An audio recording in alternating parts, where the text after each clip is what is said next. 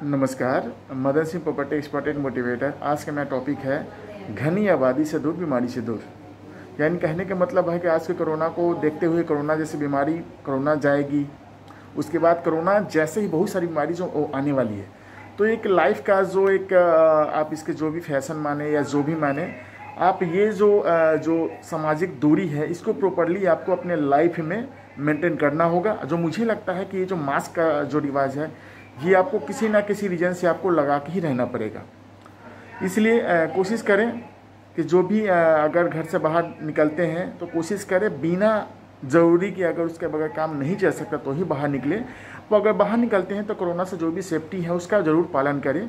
Mask ज़रूर लगाएं, sanitiser अपने पास में रखें। अगर किसी दुकान पे शॉप पे जाते हैं तो कोशिश करें कम से कम 2 से 4 गज की दूरी को मैनेज कर बरकरार रखें।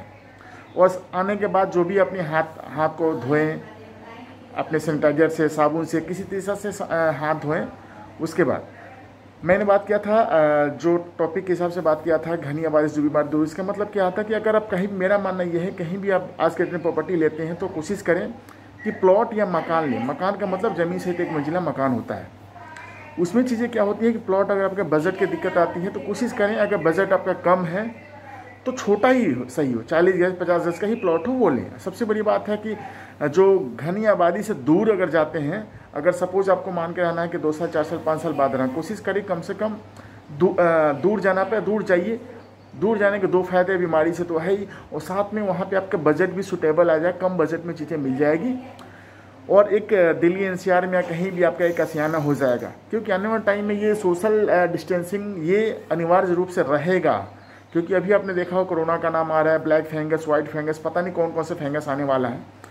तो सबसे अच्छा विकल्प है कि जो घनी आबादी से हटें, घनी आबादी की हटें और कोशिश करें ज़मीन या प्लॉट ही लें। अगर प्रॉपर्टी लोकेशन की बात करें तो ये मेरा मानना है, बाकी हर किसी का अपना बजट, हर किसी के रहने के हिसाब से चीज़ें, जॉब के हिसाब से प्लान करते हैं। अगर मेरे हिसाब से चलते हैं तो जो दादरी का एरिया है मेरे हिसाब से बहुत ही अच्छा इन्वेस्टमेंट भी है और रेजिडेंशियल पर्पज से भी है, क्योंकि यहाँ पे आबादी अभी हल्की हल्की शुरू हो चुकी है। और आसपास में चीज़ें क्या होनी चाहिए, आसपास में आपके रोड की कनेक्टिविटी अच्छी होनी चाहिए, यातायात के साधन होने चाहिए, स्कूल होने चाहिए, हॉस्पिटल होने चाहिए। 4 से 5 किलोमीटर दूरी पर रेलवे स्टेशन होगा तो भी चल जाएगा, मेट्रो स्टेशन होगा तो भी चल जाएगी, सारी चीज़ें हैं। तो मेरा मानना है कि ठीक है, बजट के हिसाब से जो भी डिसाइड करके चलें। और अगर आपको 2 साल 4 साल बाद रहना तो मेरे हिसाब से बहुत ही बेहतर एरिया है। बाकी ये आपको देखना है, क्योंकि दूरी बढ़ानी पड़ेगी और कोशिश ज़रूर करना है कम से कम दिल्ली एनसीआर में एक अपना आशियाना होगा। अपने लिए नहीं होता है, कम से अपने बच्चों के लिए आशियाना हो। अगर हम किराएदार के जीवन जीते हैं तो कोशिश करें कि वो किराएदार के जीवन न जीते जी। बाकी किसी भी जानकारी के लिए मैं अपना नंबर है प्रॉपर्टी के रिगार्डिंग या किसी प्रॉपर्टी से रिलेटेड कोई भी जानकारी चाहते हैं तो मैं नंबर शेयर कर दूँगा, आप कभी भी कॉल कर सकते हैं।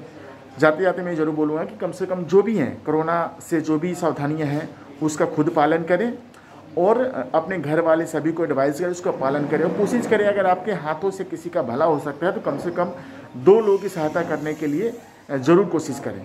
Thank you very much.